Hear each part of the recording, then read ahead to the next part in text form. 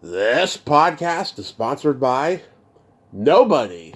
Hey dudes, this is Laura Summer, the original voice of Janine on The Real Ghostbusters, and you're listening to Tommy Throwback Kovac on Splat from the Past. Oh, fudge. Tommy brought his own slime. Now who you gonna call? Hey dudes, welcome to Splat from the Past, the only 80s themed horror sci-fi show where things can get totally radical. Now today, I will be welcoming Cam Clarke.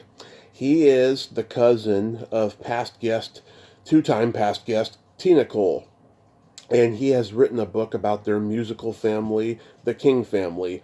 And he has a book out called Now They're All Here, the King Family.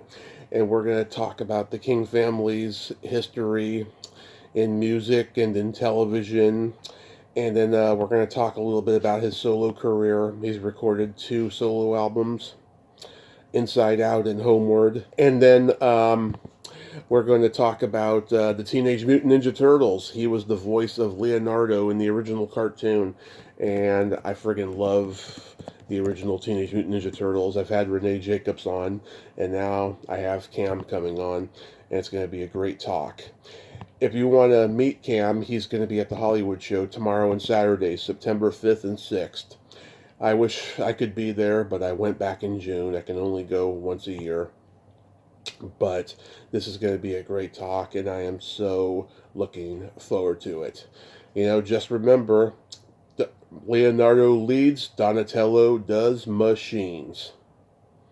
So yeah, here is my interview with Cam Clarke.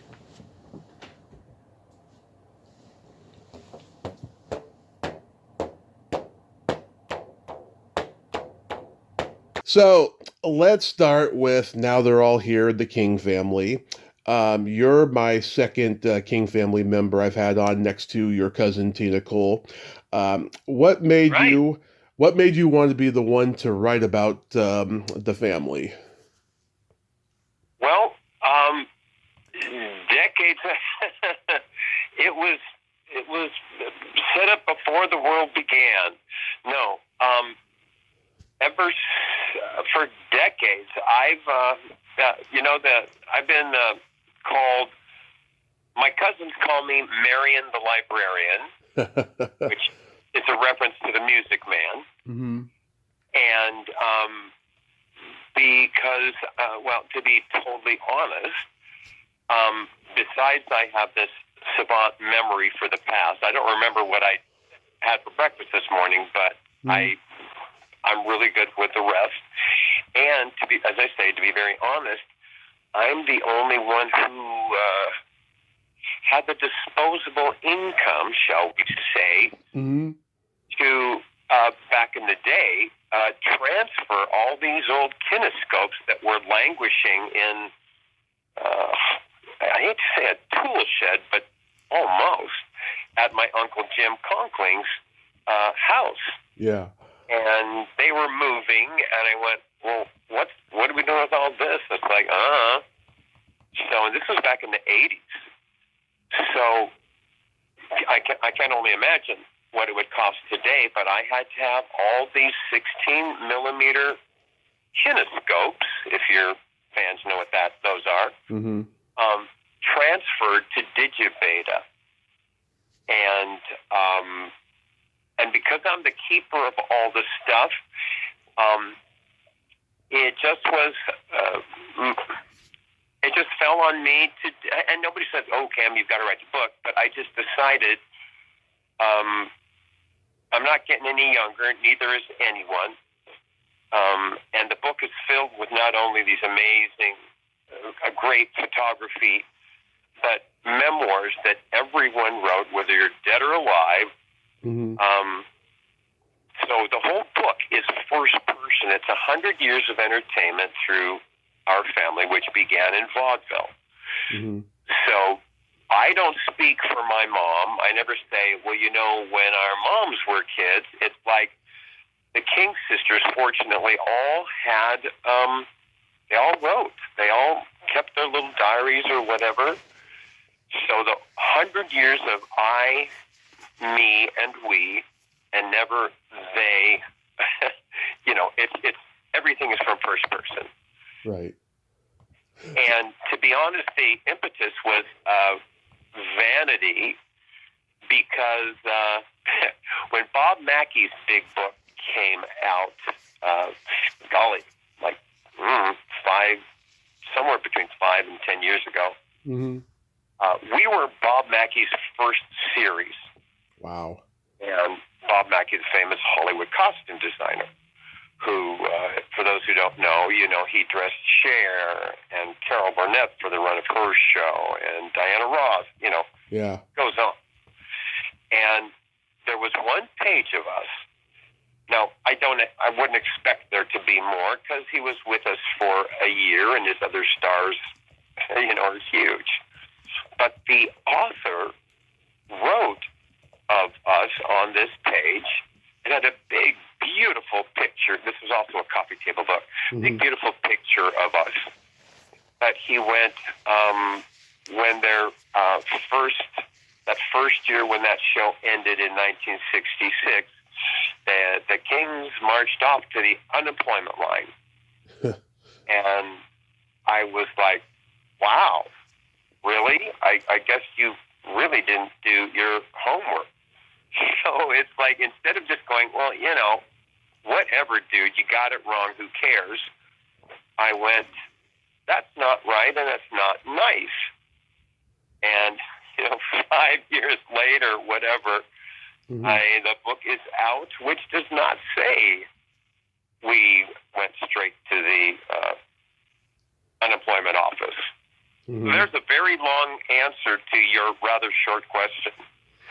Oh, that's a perfect answer. Like, how long overall did it take to write? If you count some of the starts and stops, I would say about 4 years.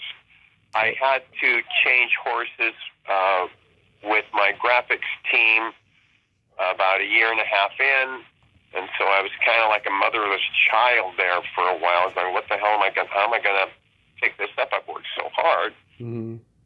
And then I recalled that my nephew, Lex Diazevedo, he's my brother Lex's son, Mm-hmm.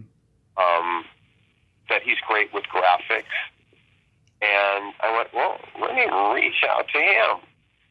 So he and I spent 2 amazing years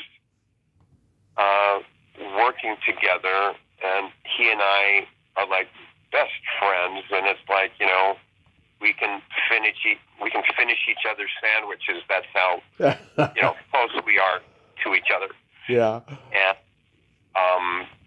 so we had a marvelous working relationship, smooth as silk. Mm-hmm. And so he and I finished it, and it was published at Rare Bird Books. So was it like a pandemic project? That certainly helped with the availability of time. Mm-hmm. But no, that it just happened to. It's not like I'm bored. Let's do this. Yeah. It was going to happen. And pandemic just gave us some lovely free time, because he would have to fly in, and we would just spend hours and hours with, nowhere else to go or do, working on this. And it was just, we both had the time of our lives. In fact, he's going to be assisting me at the Hollywood show this weekend, so he's coming in for that. Nice. Quality time with the two of you. That's awesome. Yeah. So getting into the family's, performing origins, you mentioned that they started performing in vaudeville. Do you know who else they played on the bills with? Well, let's just say they weren't like, on the big circuit with, Fanny Bryce or, any of those folks. Mm-hmm. They traveled around doing the tent shows, the revival shows, and it was more of a pass the hat kind of tier. Mm-hmm. But within their show, they did everything from elocution to little comedy numbers and dance numbers and classical, orchestral pieces. They all played instruments, and so there was a little bit of everything. Now, they did end up doing the, oh golly, what's her name? The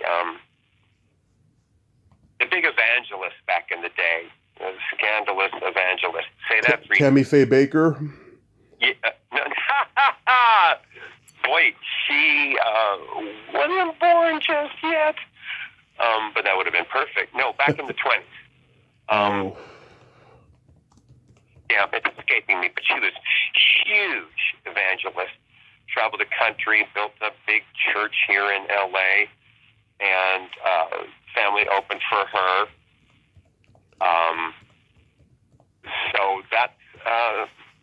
that's where they got their start. And in the book I talk about, I don't talk about it. My Aunt Louise talks about that certain Christmas when instead of the little dolly that she wanted from the Sears Roebuck calendar,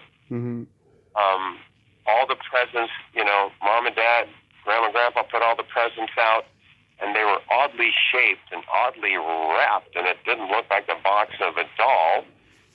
And they all opened them, and they were instruments. And, of course, to the kids, it was the worst Christmas ever, right? Yeah. And Grandpa said, all right, everyone, after Christmas breakfast, we're going to learn how to play. And he had gone to college to study music and wanted to be a classical musician. Mm-hmm. And if memory serves, Tina and her sisters, when they started, they were on the radio, right? No, Tina was not born. Oh, okay. Tina she's the daughter of the King sisters. Right. Like I am. Right. The King sisters were Tina's and my mother's, among others. The original set was Yvonne, Tina's mom, my mother Alice, Donna, and Louise. And then Donna retired, and baby sister Marilyn took over, and that was in the 30s and 40s and 50s and 60s until, the family thing began. Oh, okay. Okay. For some reason, I thought maybe she got to be at the tail end of the radio success or something. Do you know how old she'd have to be? She'd probably be a teenager. She would never speak to you again. She'd have to be like 110. No, I thought maybe like the early 60s when she was a teenager or something. Well, I mean, to be literal, there were a couple of times in this. You had said radio, so that's why I went back that far. Mm-hmm. There were times in the 60s, like we kids, like if the sisters were playing Tahoe, which is as you know, a beautiful lake up in Northern Cal or Central. It's like Central Northern California, gorgeous place. And they had casinos or clubs there, and the moms would play there in the summers, and all of us kids that's where we'd spend our summers. Mm-hmm. And, but if someone lost their voice, or Vegas, where they have that thing that singers get, which is called, Vegas throat, actually. Yeah. From the dryness. And Tina would, for example, there were times when she stood in the wings on a microphone singing for her mom, Yvonne. And Yvonne would lip sync, but she couldn't get those high notes. And so Tina came in very handy. And some of the teenagers, as they did get older in the 60s, would sub on a rare occasion. Nice. How old were you when you started performing with them? 6 years old. Wow. Yeah. And when they got onto the Hollywood Palace, that's like the beginning of success for them. You talking about the family? Yes. Yes. The King sisters, and again, folks, all of this is documented in my books, which is entitled "Now They're All Here," which, just to digress a moment, title comes from, it's the only line my grandmother ever had on the entire length of our performing. Mm-hmm. But, oh my golly, what did you just ask me? See, at my age, you can't digress or find your way home. The Hollywood Palace was the beginning of their success. Yeah, so the sisters were asked to do a benefit show. This is back in like 63. Mm-hmm. And Tina's mom was like, I don't know why she decided to do, well, actually it is talked about in the book, so I'll let you read that. She says, hey, why don't we, here's a wacky idea. Why don't we bring the kids and the in-laws and dad and let's just put on a show with the family. We did it. We did a test run of it here. We did a test run here in Burbank. We did a test run, or performance, I should say, in Orinda. Mm-hmm. And we then had this performance, this fundraiser for BYU and Brigham Young University. Yeah. And she happened to have the film department film it. And she took it. She called up a friend of hers over at ABC and said, I have a little something I think you might like. And so she went down to San Francisco and met with him. And he said, tell you what, I really like this. I'm going to get you a room at a studio. I'm going to get you an editing room here in San Francisco. Cut this down to an hour, and I will pitch it. And the suits, when they saw it, they went, how soon can we get a pilot for this? They were over the moon with it. Mm-hmm. Yeah, I remember Tina telling me when Dean Martin brought out the Rolling Stones on the Hollywood Palace, he made a cutting remark at their expense. I guess they were not very nice to him backstage or anything like that. Do you remember something like that? I think it. Well, you know, everybody's memories are are a little different. What I recall is they were this crazy long-haired rock and roll, you know, these damn kids from England. Right. And they came out with, I don't know if it was Satisfaction. That may have been what they sang, but no matter how you slice it, mm-hmm. It's rock and roll. And it's loud, it's electric, and it's long hair. And he came out afterwards and kind of rolled his eyes to the audience, which got a titter from the crowd. But I think that was old guard making fun of these crazy kids who will never make it. I don't think he was responding to any bad treatment. Yeah. Because I remember seeing the footage, and he comes out and he kind of pauses after they sing, and it's kind of like, yeah, that's the Rolling Stones, everybody, and rolls his eyes. Yeah. Or just some kind of, oh, brother, you know, like, oh, yeah. Yeah, I mean, they sure showed him. Yeah. But yeah, so since ABC was really digging this idea of us, you asked about Hollywood Palace. They mm-hmm. tested us out. The family did about 3 or 4 visits on the Hollywood Palace, as you know, as the King sisters and their kids, just to prime the pump to see what kind of reaction there would be. And mm-hmm. reaction was great just from our little visits on that other show. But the test came back very positive. And you guys were like the first Mormon family on TV. You kind of set the stage for the Osmonds. Well, I'd have to totally Google that mm-hmm. because the Osmonds started on the Andy Williams show, Right. basically doing barbershop, as I recall. I could be wrong, but I do remember as a little kid, and knowing that Donnie was like my age, hearing them on Andy Williams. Right. So it could. I mean, that's a good thing to. That's a good thing to Google. Do that while you're talking to me, and find out when did the Osmonds join Andy Williams. Okay. That would determine literally who made the airwaves first. But the difference is the main difference there is, the Mormon thing is correct, but there have been brother and sister acts since the beginning of time.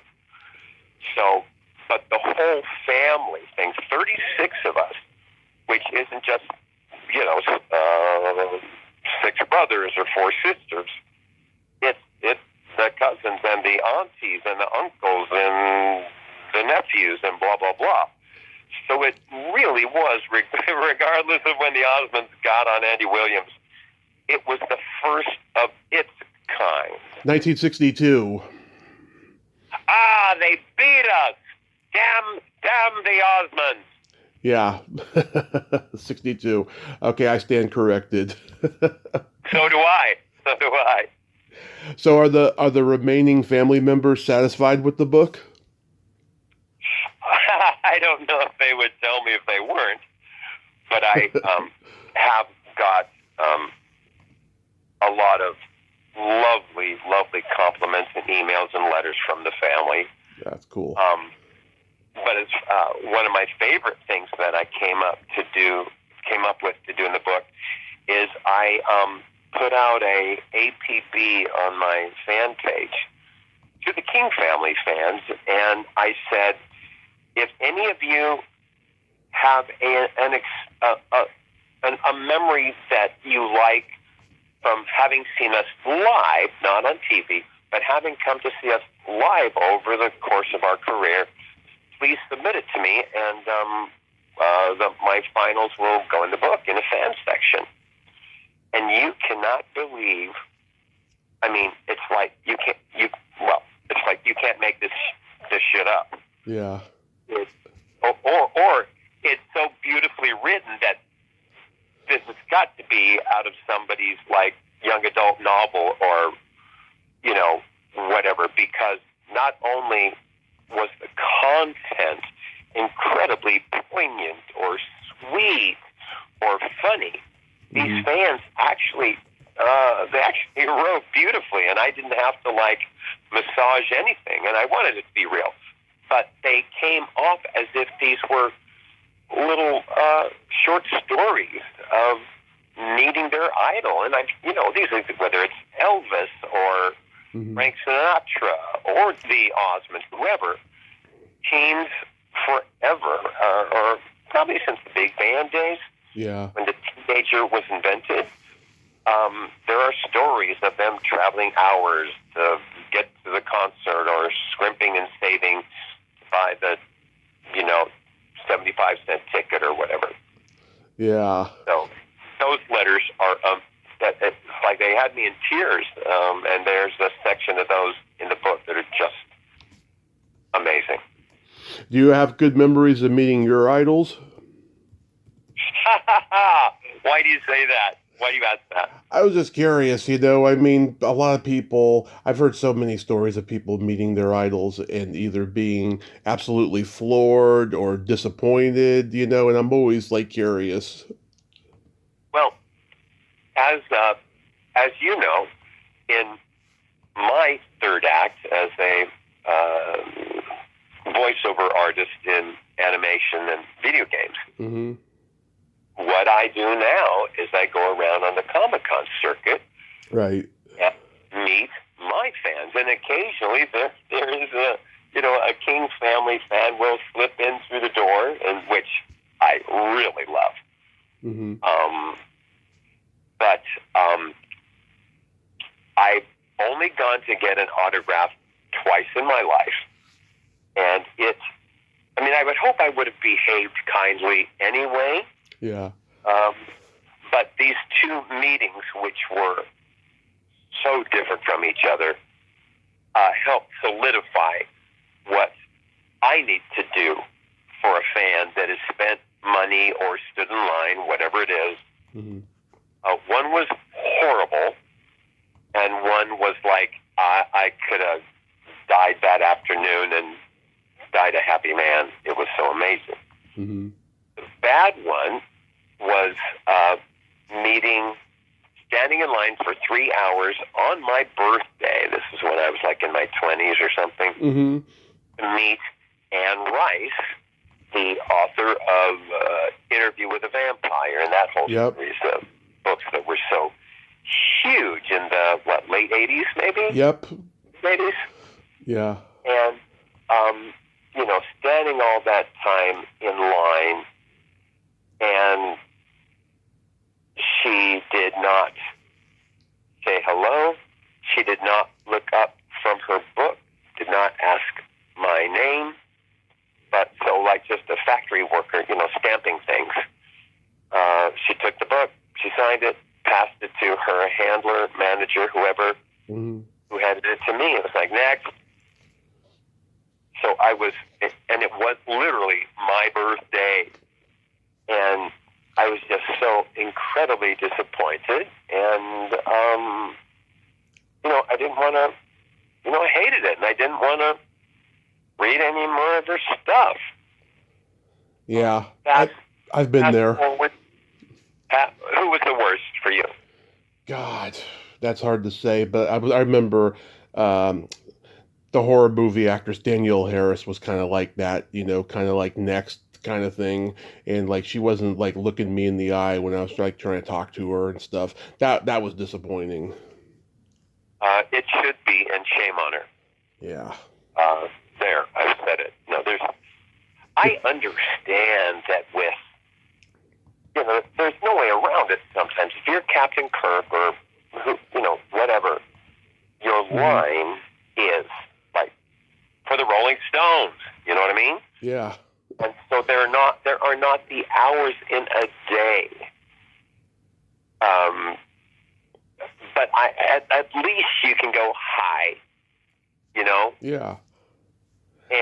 But they really have to be pushed along, Yeah.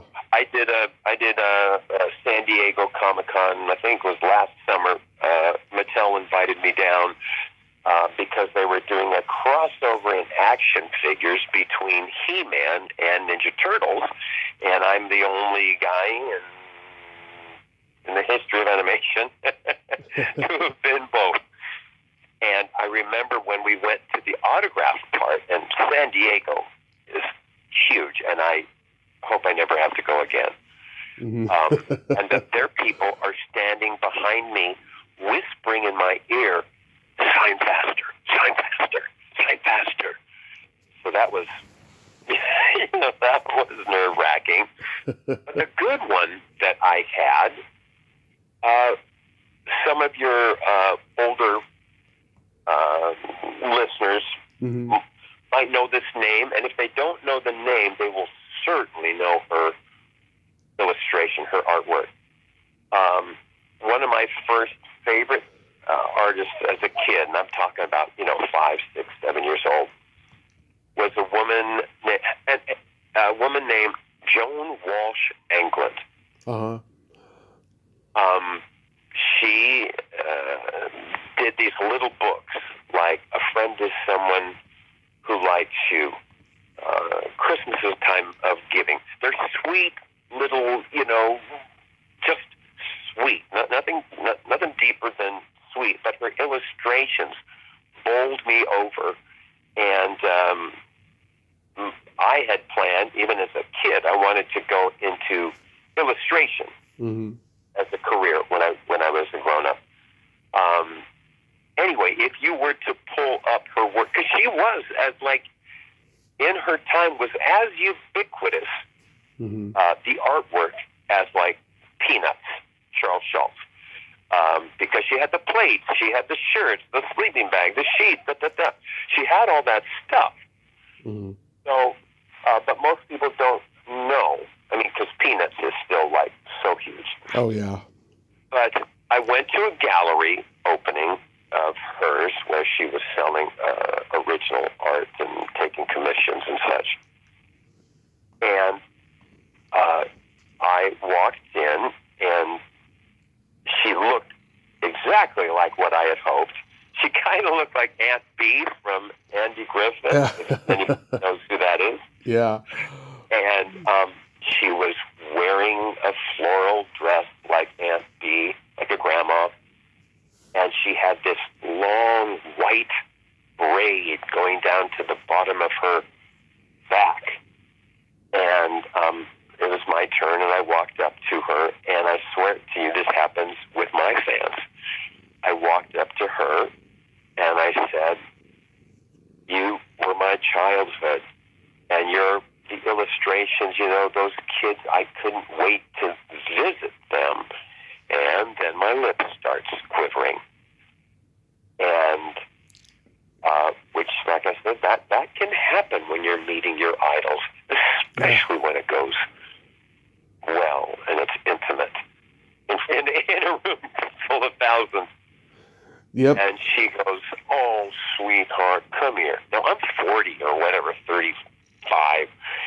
She takes the back of my head. She pulls me into her ample bosom, right? Uh-huh. She literally is like a grandma, when you skinned your knee or you had your heart broken, and she places my head on her chest and kind of just pats my shoulder, and I, of course, that now turns on the waterworks, and the tears are just falling. And like I said, I could have been hit by a bus walking out of that gallery. She was so amazing, and it remains one of the greatest moments of my life.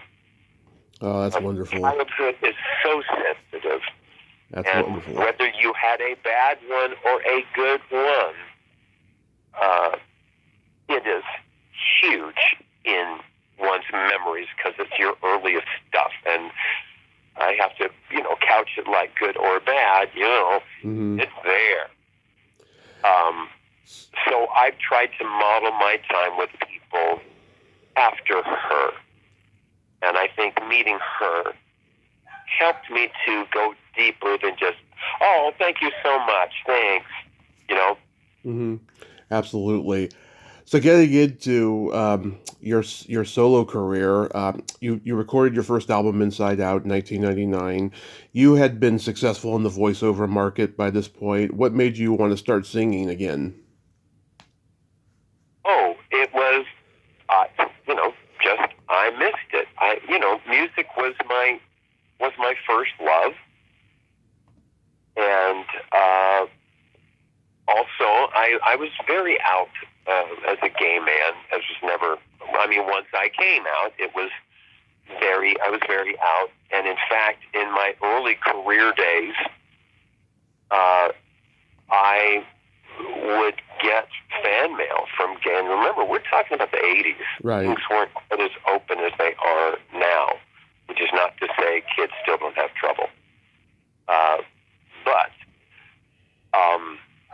I would get fan mail from gay teenagers and stuff saying how afraid they were, and but now they have someone they can talk to, and all of that. And if Cam as a gay man can be a superhero, like He-Man, Leonardo, or a super villain, like my biggest game was called Metal Gear Solid, and he's like, my character is one of everybody's favorite villains, blah, blah. Right. But they said, if Cam can be a superhero, maybe I'm not so bad after all.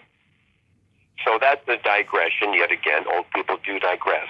To say that when I put that album, my first reason to do so was, again, as a gay kid growing up, and just like a black person would say, I never saw myself on TV.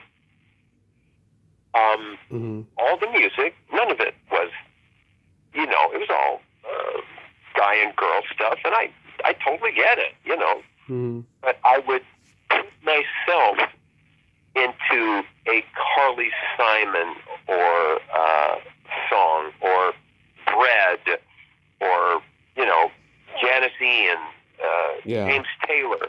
I would switch a pronoun in my brain, right? Mm-hmm. So on this album, I did what I fantasized about. Because in my day, back in the 80s, disco and cocaine, Yeah. you had two kinds of music for my community. It was either disco, which I loved, or it was sappy American songbook, like a piano bar kind of thing. And I loved this American songbook, but that was it. There was no, like I, as a kid, I was a fan of folk rock, like I said, James Taylor, Carole King, that world. So I wanted to make something that someone didn't have to project themselves onto, that had lyrics that were directly to them. And then you did a Christmas album, Homeward. Now I'm not familiar with a lot of these songs. Are these standards or are these songs you wrote? Oh, I wish I wrote them. I just dug deep. Do I have a couple of standards on there? Yeah, but I didn't want to do White Christmas, and I didn't want, to do Sleigh Ride or Joy to the World. Yeah. Well, I would have done. You mean like the what's that? Blood, Sweat, and Tears? Or you mean the real one? The real Joy to the World. No. You're thinking of Three Dog Night. Yeah. Yeah. So I dug a little deeper. But to your point, one of the songs we sang on the family's Christmas album that was written by my Uncle Bill. Mm. So I did a solo of that. One was a little Caribbean ditty that we did on our show that I think nowadays I'd be canceled for because I use a Caribbean accent. Whatever, we won't. Yeah. I give you a pass. Thank you. Okay. Canceled. No, and I love the number. It's this cute little Caribbean thing, and I sing with a little accent. Mm-hmm. Kind of like if I were to sing Deo, Mm-hmm. Harry Belafonte song, just with a slight little, lilt to as an homage to that part of the planet. Uh-huh. And so the others are not mine, but they are basically deep dives. Nice. Are you working on a new album? No. Oh, okay. In a word, no. I've spent so much time doing the Comic-Con circuit that and it's like it was a checklist. I did my gay album, and then I did my Christmas album. So check. Yeah. Have you ever collaborated on music with Paul Engelman? Again, I don't write. So, Okay. Paul was my best friend growing up. But no, I don't write, so no collaborations anywhere. The best I've done is parody lyrics. So like if I'm having a party or somebody's birthday, and I take their favorite song and mix it up. Yeah, we do that in my family too. We're always changing the lyrics to songs. Yeah, it's fun.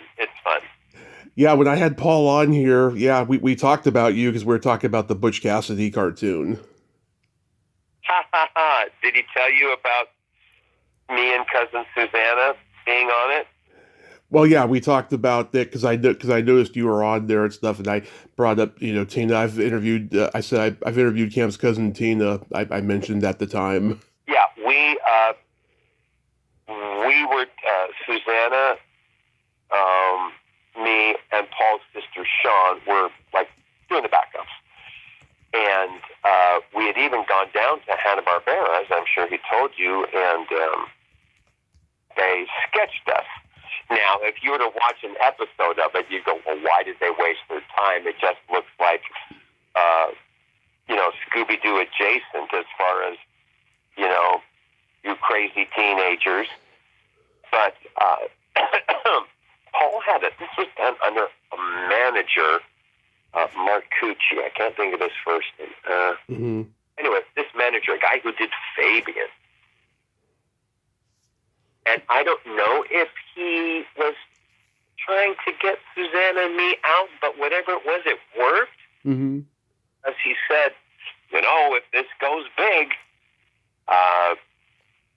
we're going to be on the road and blah, blah, blah. And, of course, we'd already been on the road for a decade, whatever.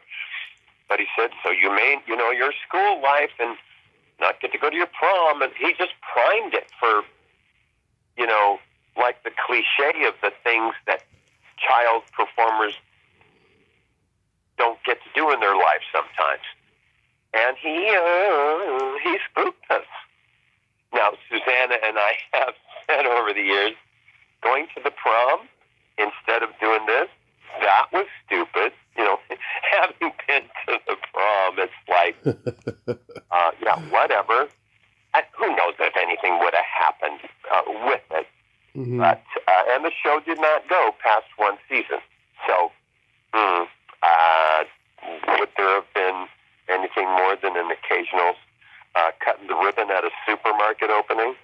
Yeah. So a few years ago, I had the wonderful Renee Jacobs on, and we talked Teenage Mutant Ninja Turtles.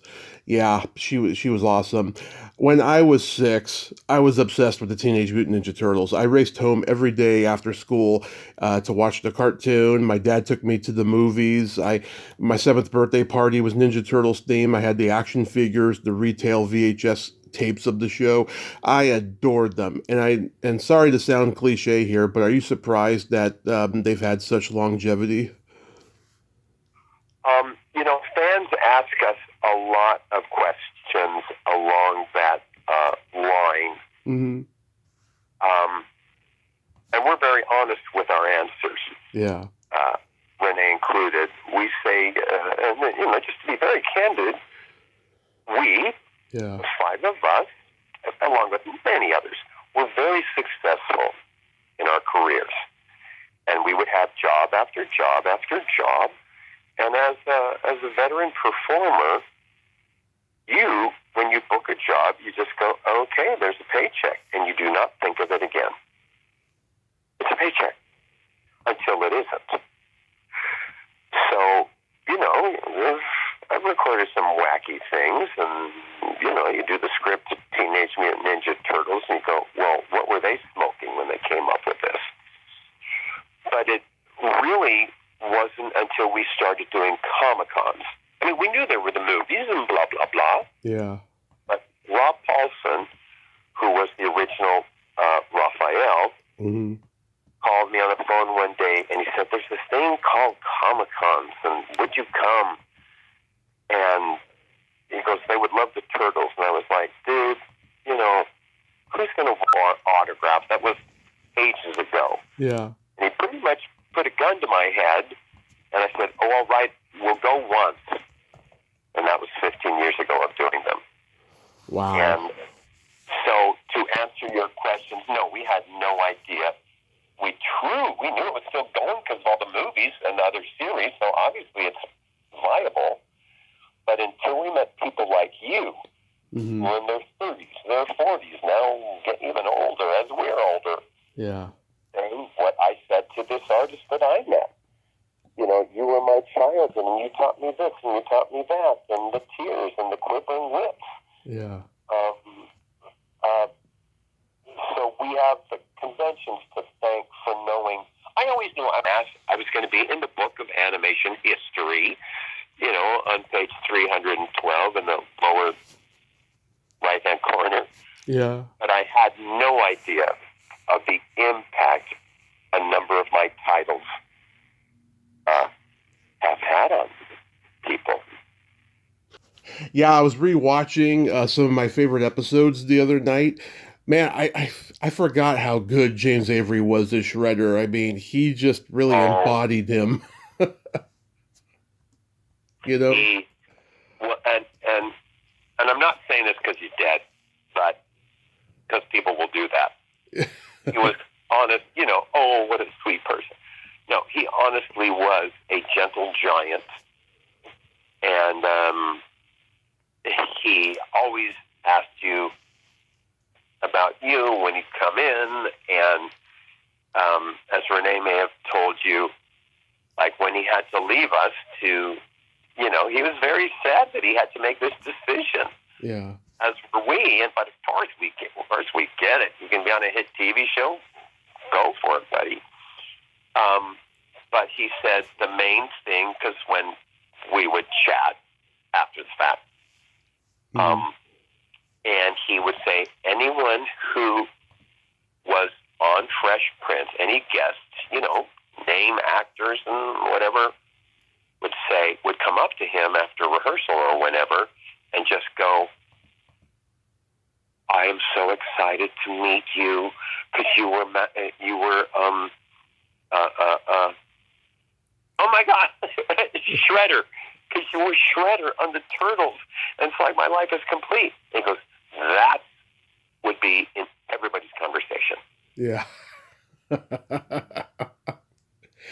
I didn't realize Michael Bell trained you in voiceover. I had him on a few years ago. He's an intense guy, but very funny. Oh, he is intense. Yeah. He was my first animation. I took a class of his. I took a look. You're going to be in this field. You take some workshops, blah blah blah. And I took his course. And he was great. He was great as a teacher because there was no bullshit. And I've tried to do that when I do some guesting. He pulls no punches. Mm-hmm. He's not mean, but he will go, okay, yeah, that's good. Maybe this time he'll just go, no, you're not getting it. No, that's not it. Let's go again. And you go, nope, go again. And I so appreciated it because in the business, nobody's going to be nice to you. It's not their job. Mm-hmm. Nobody has the energy to everybody who auditions for you to go, let's try it like this. And that's not their job. Yeah. And so if you have a coach in anything you're learning who's just straight up, I would much rather have that than someone who is, quote, supportive Mm-hmm. when I'm not on the mark. There's this adage in acting, at least in animation and stuff, or in radio and all, where the director or producer will say, okay, I don't want to give you a line reading, but could you try to, maybe put and they talk all around what they want.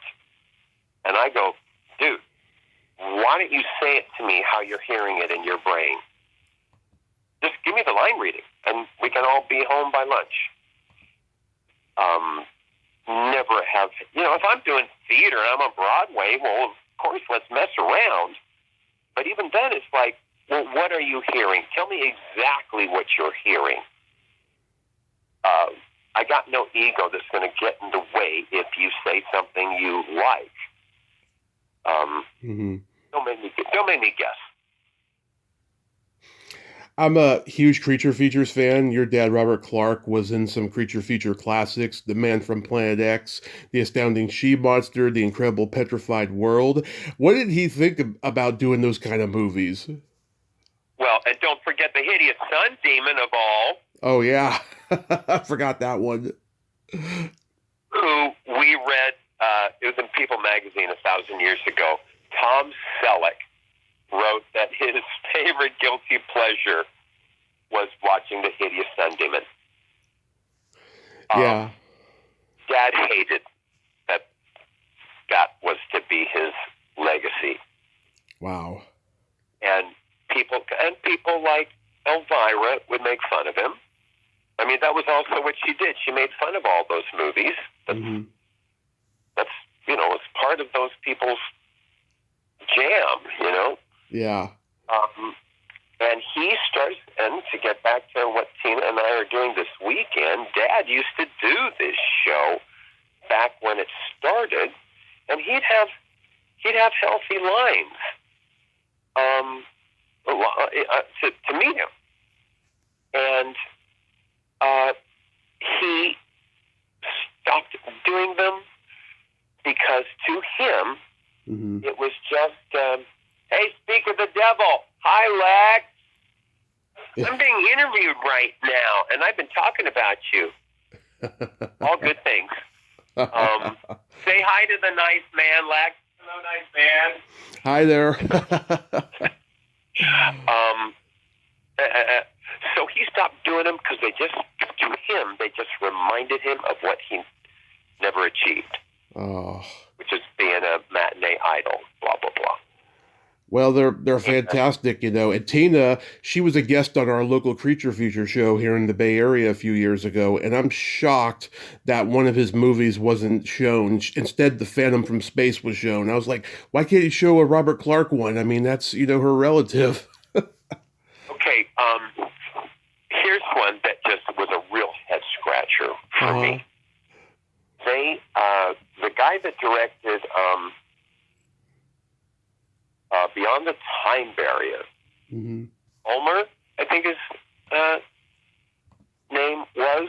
Anyway, he was a big deal. And down at the Egyptian Theater, they were doing a retrospective of this director's work. Edgar Ulmer. Now, what, Edward? Edgar Ulmer. Edgar, yep, yeah. That's him. Did you have to Google that, or did you know that? I Wikipedia'd it, yeah. Okay, I'm glad you're being honest, because I would have been really impressed.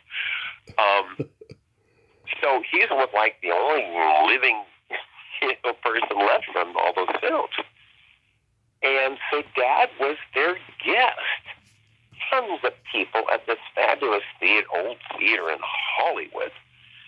So he gets up, whether it was before, I think it was after the screening, to do some Q&A and that host and blah, blah, blah. And he's up on the stage.